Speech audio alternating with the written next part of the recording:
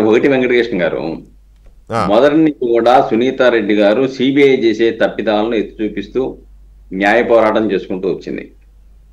దానిలో భాగమే అవినాష్ రెడ్డి యొక్క బెయిల్ రద్దు చేయాలని సుప్రీంకోర్టును ఆశ్రయించింది. రెండో వైపున విచారణ సంస్థ పరిపూర్తి చేశాము, మేము ఇన్వెస్టిగేషన్ పూర్తయిందని చెప్పేసి సుప్రీంకోర్టులో ప్రస్తావించినప్పుడు, లేదు దీంట్లో ఇంకా చాలా మందిని విచారించవలసిందని కొన్ని అంశాలను ఆమె క్లియర్గా ప్రస్తావించింది.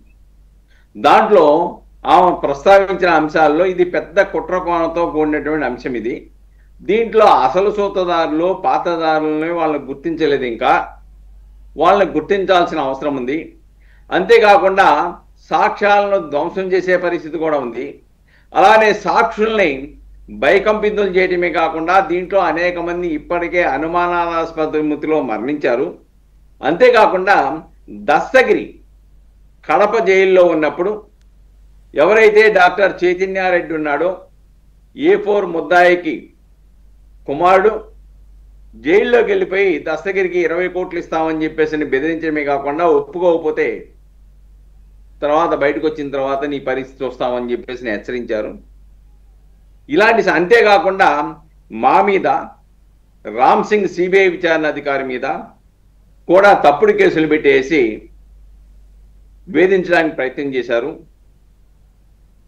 అదేవిధంగా ఈ ప్రభుత్వం నుంచి ఈ యొక్క ఆంధ్రప్రదేశ్ నుంచి వేరే ప్రాంతానికి బదిలీ చేయాలని చెప్పేసి ఈ ప్రభుత్వం మీద నమ్మకం లేక మేము బదిలీ చేయించుకున్నాము.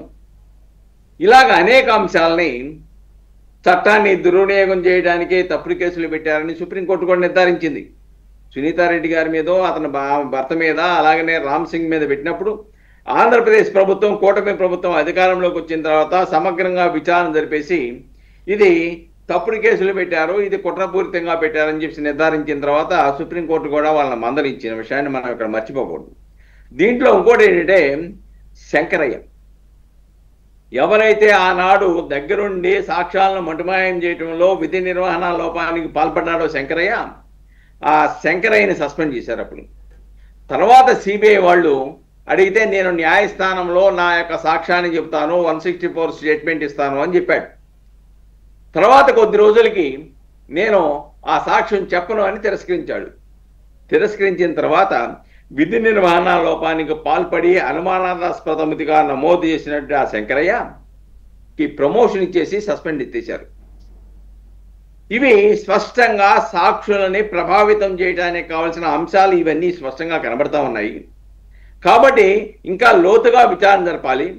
అంతేకాకుండా దీంట్లో ఏదైతే నారాసుర రక్త చరిత్రో, హార్ట్ అటాక్ థియరీనో, లేకపోతే 40 కోట్ల రూపాయలు సఫారీ ఏదైతే ఉందో దాంట్లో 1 కోటి రూపాయలు దస్తగిరికి ఇచ్చారు. దాంట్లో దాదాపుగా వాళ్ళ ఫ్రెండ్కి ఇస్తే వాళ్ళ ఫ్రెండ్ దగ్గర నుంచి 40 లక్షల రూపాయలు పైచిలుకు సొమ్ముని సిబిఐ రికవరీ చేసింది. ఆ 40 కోట్లు ఇచ్చే స్తోమత ఉన్న వాళ్ళు ఎవరు? ఆ 1 కోటి రూపాయలు ఏ అకౌంట్ నుంచి ఎలాగ ఈయనకి లభ్యమైనవి? ఆ దిశలో విచారణ జరపాల్సి ఉంది దీంట్లో. అలానే విజయసాయిరెడ్డి హార్ట్ అటాక్ అన్నారు కాబట్టి ఆయన్ని విచారించలేదు. అలానే బాహ్య ప్రపంచానికి తెలియకుండానే జగన్మోహన్ రెడ్డి గారికి హత్య గురించి ఎవరు చెప్పారు, ఏమని చెప్పారు, ఎందుకు ఆయన అంత జాప్యంగా బాబాయిని చంపినా కానీ ఇమీడియట్గా స్పందించకుండా లేటుగా వెళ్లాల్సి వచ్చింది, వెళ్ళిన తర్వాత దేంతో చంపారో కూడా ఎలాగ తెలిసింది ఈయనకి? విచారణ సంస్థకి తెలియాలి. అప్పటికి ఎలా చనిపోయాడో విచారణ సంస్థ అనుమానాస్పద మృతి అని చెప్పేసి నిర్ధారించింది. కాబట్టి విచారణ సంస్థ విచారించకుండానే జగన్మోహన్ రెడ్డి గారు ఏ ఆయుధంతో చంపారో, ఎక్కడెక్కడ చంపారో ఎలా చెప్పగలిగాడు? దానికి ఆధారాలు ఏంటి? కాబట్టి ఇవన్నీ కూడా విచారణ చేస్తే ఎవరైతే సునీల్ యాదవ్ కానీ లేకపోతే సునీతారెడ్డి కానీ చెప్పిన అంశాలు కొన్ని వెలుగు చూస్తాయి. ఇక్కడ డెఫినెట్గా రేపు నిజంగా కనుక కోర్టు విచారణకి తదుపరి విచారణ చేయడానికి ఆదేశాలు ఇమ్మని వేసింది సునీతారెడ్డి. దాని మీద సుప్రీంకోర్టు వాళ్ళు మీరు స్థానిక ట్రయల్ కోర్టులో తెలుసుకోమన్నారు. ఆ కోర్టు ఆదేశాలు ఇస్తే విచారణ చేయడానికి మేము సిద్ధమే అని సిబిఐ అంది. ఇక్కడ ఒక ప్రధానమైన అంశం ఏంటంటే రేపు సిబిఐ డెఫినెట్గా కోర్టు ఆదేశం కనుక ఇస్తే సునీల్ యాదవ్ ఇచ్చిన కౌంటర్లో అంశాలకు సంబంధించిన సమాచారాన్ని ఆయన దగ్గర నుంచి రాబట్టడానికి ఒక ప్రయత్నం చేస్తుంది తప్పకుండా. ఇది కొత్త అంశంగా మనం గుర్తుంచుకోవాలి. రెండోది ఇంకోటి ఏంటంటే మిగిలిన ముద్దాయిలు అపోజ్ చేశారు. అసలు ఇక్కడ సంబంధించి ఏంటంటే ఆ ముద్దాయిల మీద ఆల్రెడీ ఇన్వెస్టిగేషన్ పూర్తయిపోయింది. కానీ కొత్త వాళ్ళు ఎవరు అని ఇన్వెస్టిగేషన్ చేయాలి.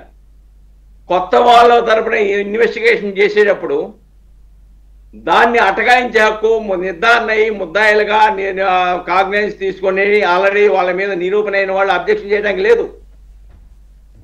ఇప్పుడు ఇన్వెస్టిగేషన్ ఎవరు?